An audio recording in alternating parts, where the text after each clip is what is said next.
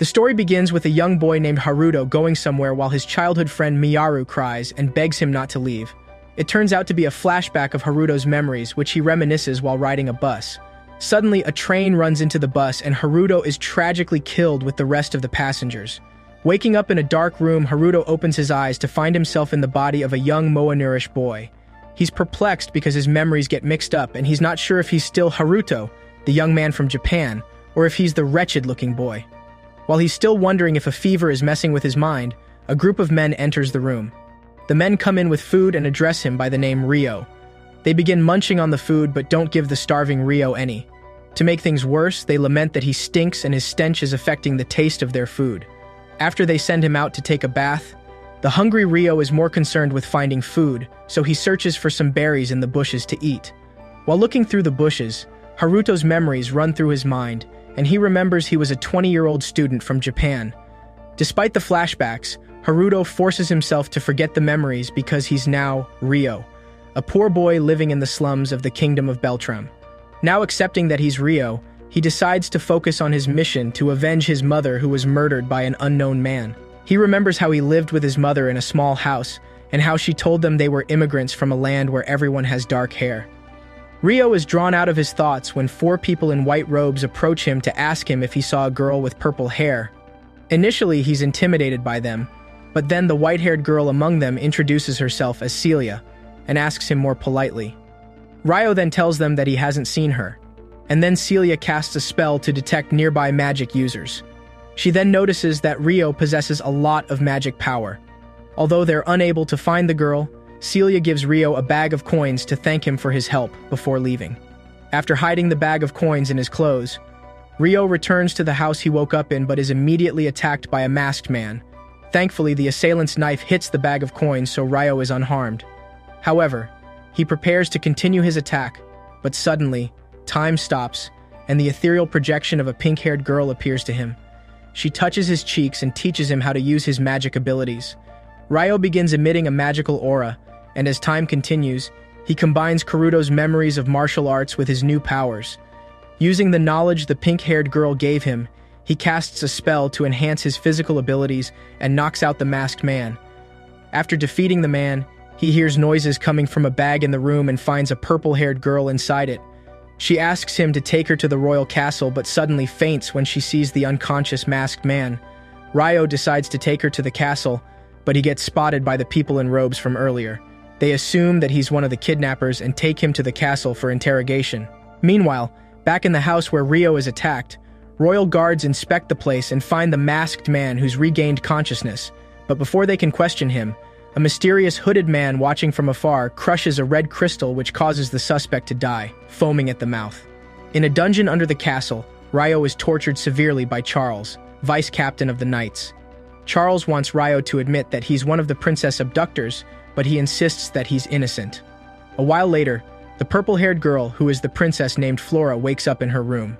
Celia and a pink-haired woman named Vanessa, who was watching over her, tell her what happened while she was unconscious. Immediately, Princess Flora asks to see Ryo, so they take her to the dungeon. Entering the dungeon, Celia and Vanessa are horrified to see what Charles had done to the young Ryo. Flora then explains that he's innocent and was the one who saved her from the abductors. She then rushes to Ryo after asking Charles to set him free. Using her special magical abilities, Celia heals Ryo's wounds and he passes out. Later, Ryo wakes up in one of the palace rooms, and Celia apologizes to him for what the royal guards had done to him. She also tells him that the king would like to thank him for saving Princess Flora. In the royal throne room, the king sits with the queen and his 2 daughters, Princess Flora and Christina. A while later, Ryo is brought before them with a nice haircut and nice clothes after being cleaned up. The king then thanks him for saving Princess Flora, and decides to show his gratitude by allowing him to attend the Beltron Royal Academy. Ryo accepts the offer and gets enrolled in the primary school. However, when Celia, who is a teacher in the school, introduces him to the other students in his class, Ryo immediately feels out of place because the nobles make fun of him for being a commoner. After school, Ryo visits Celia at her research lab and asks her to teach him how to read and write. Celia then reveals that she's only 12 years old, but skipped all the grades until she graduated because she was so brilliant.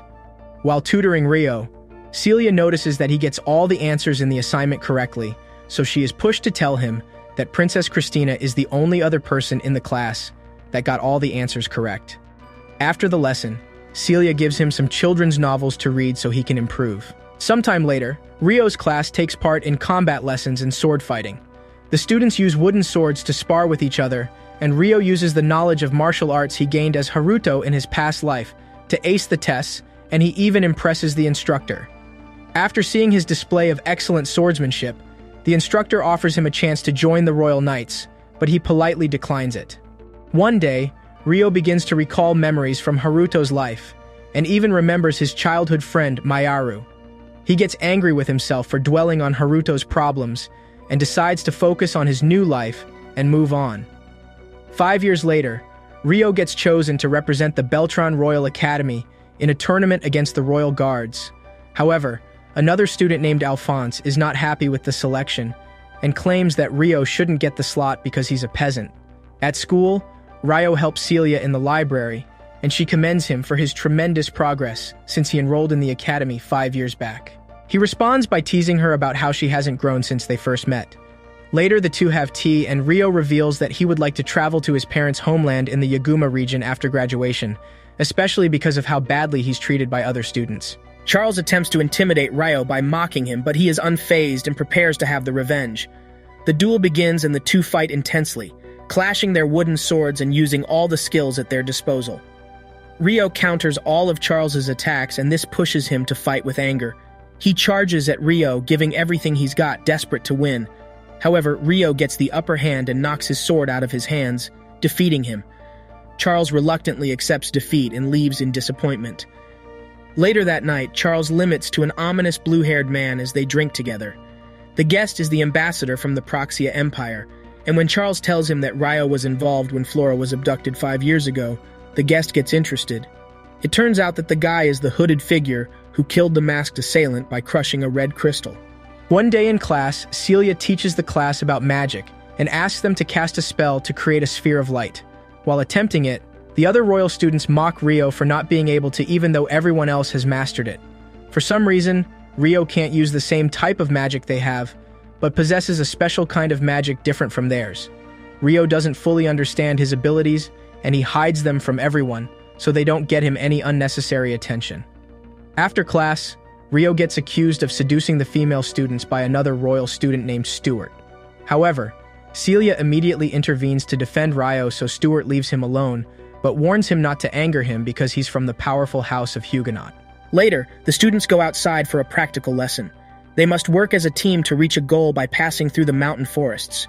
Alphonse serves as the leader of the team and leads them through the forest. He makes Rio carry the group members' bags and claims it's because Rio doesn't have any magic and wouldn't be useful in fighting monsters, but it's quite obvious it's because he just doesn't like him. Regardless, Rio accepts the job and the group begins their journey.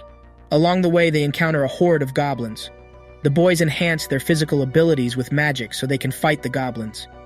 After a short battle, the group is victorious, so they continue along the path. But somewhere in the shadows, the ambassador from Proxia is keeping tabs on Rio and intends to test the young boy's abilities. He's developed an interest in Rio and also believes that he possesses a special kind of magic called spirit magic. Soon, the group reaches the end of the path and the students find themselves on the edge of a cliff. Suddenly, they're ambushed by huge orcs with spears. When Stuart gets injured by one of the spears, he trips and accidentally pushes Flora off the cliff. Thankfully, Rio notices just in time and jumps down to save her. He catches her and pushes her back onto the cliff, but he plummets down below. Back on the cliff, Alphonse guides the team and they manage to defeat the orcs. Afterward, the students accuse Stuart of pushing Flora, but he lies, stating that Rio pushed him. Flora immediately defends Rio, what the other students believe Stuart. Suddenly, they're attacked by a huge minotaur, and when they realize they can't beat it, most of them run away, but Flora stays back to heal the injured students. While doing so, the minotaur tries to attack her, but Rio returns and cuts off the beast's arm. He asks Flora to escape with the others before resuming his battle. Eventually, he defeats it by decapitating it, but then runs away before the other students can see him because they all believe that he pushed Flora down the cliff. Days after the incident in the forest, Rio is nowhere to be found and has been assumed to be missing. At the school, Celia overhears Duke Huguenot, Stuart's father, decides to publicly announce that Rio pushed Princess Flora off the cliff, even though he knows it was Stuart who did it. Later, Ryo discreetly visits Celia in her lab, and she's relieved to see that he's okay. She tells him about the Duke's plot and is enraged by it, but Ryo is not bothered by it, and tells her that nobody would believe him. To save himself from further problems, he decides to travel to the Yaguma region where his ancestors lived, and promises Celia that they'll meet again. Afterward, he leaves, but Celia is heartbroken, because it seems she has fallen in love with him. After traveling for 3 days, Ryo reaches the kingdom of Galark. He gets to a market town and decides to get some food, unaware that someone is following him. Ryo leaves the town when he is done buying the food and condiments to continue his journey through the forest. Somewhere in the forest, he comes across a beast girl that looks to be unconscious.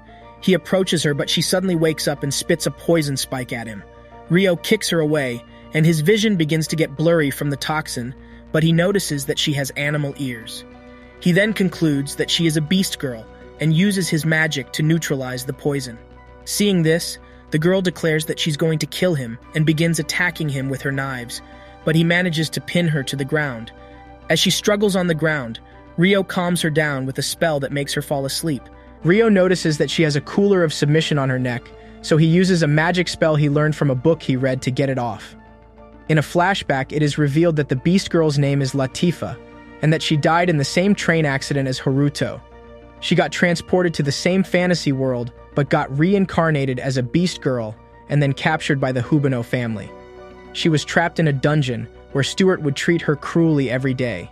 Latifa soon wakes up, and Ryo tells her that he took off the collar of submission, which makes her thank him with tears of joy. She explains that she doesn't know anything about her master except Stuart's name. Ryo immediately concludes that it's the same Stuart from the Royal Academy, and that Latifa was sent to kill him by the House of Hubino. After Latifa tells him she will try to kill him anymore, he sets her free from her restraints, but she asks to follow him on his journey since he's also headed east, which leads to a place called the Wilderness, where beast people and demi-humans live together in peace. Ryo agrees, and the two continue the journey on which they have dangerous adventures.